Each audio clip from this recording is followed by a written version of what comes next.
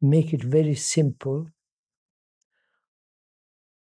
You see something beautiful in a shop. You go inside, touch it, contact with it, feel the quality of the silk or the material. There is sensation, right? Then thoughts comes along and says, how marvelous is if I had it. How nice it would look on me, right?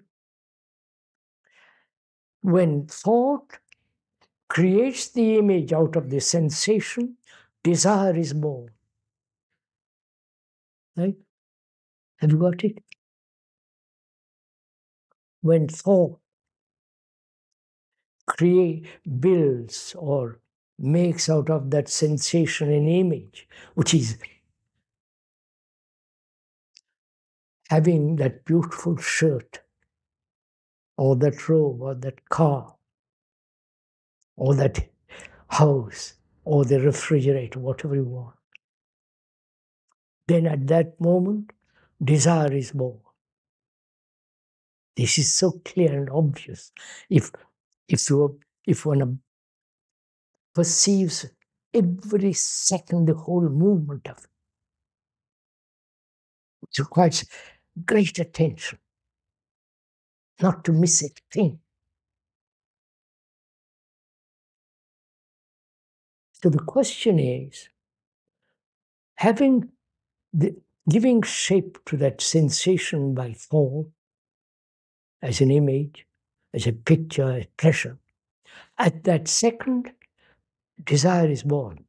Now the question is, then there be a wide interval between sensation and thought creating an image of that sensation. You understand? An interval. That requires tremendous attention, and where there is attention, there is discipline. You understand? Oh, come on, say something. Are you all asleep or what? This is important because as we live in conflict perpetually, to understand conflict is to see that the fact and the conclusion of the fact, the fact, and what we make of that fact. What we make of that fact is an abstraction called idea or ideal. And between the fact and the ideal, there's always conflict. Right? So,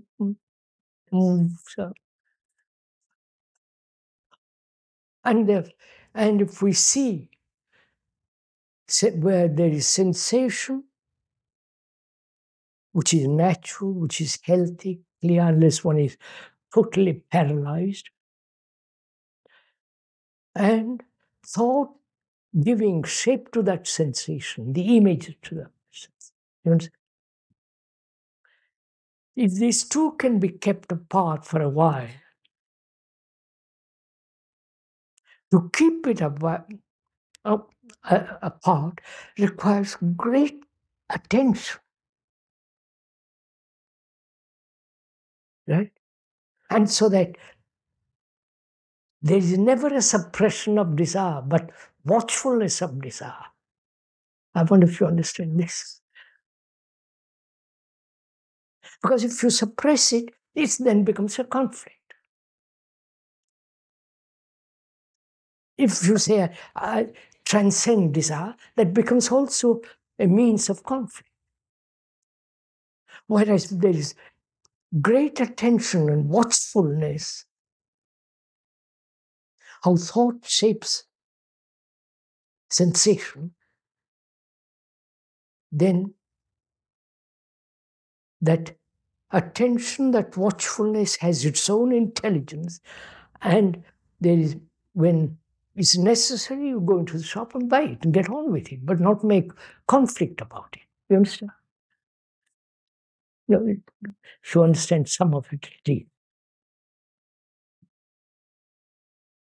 Because this is really important to understand all this.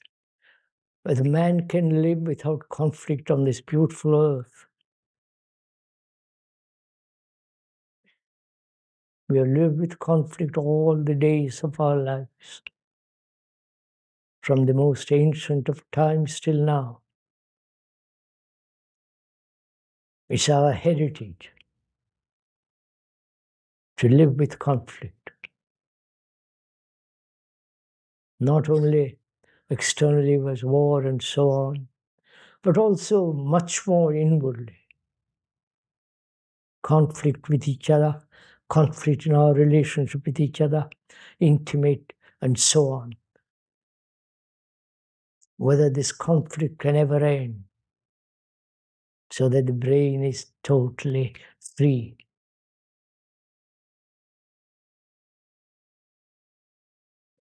And that's why it's important to understand the nature of desire.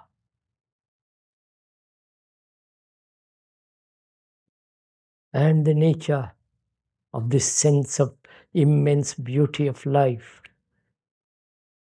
of this earth.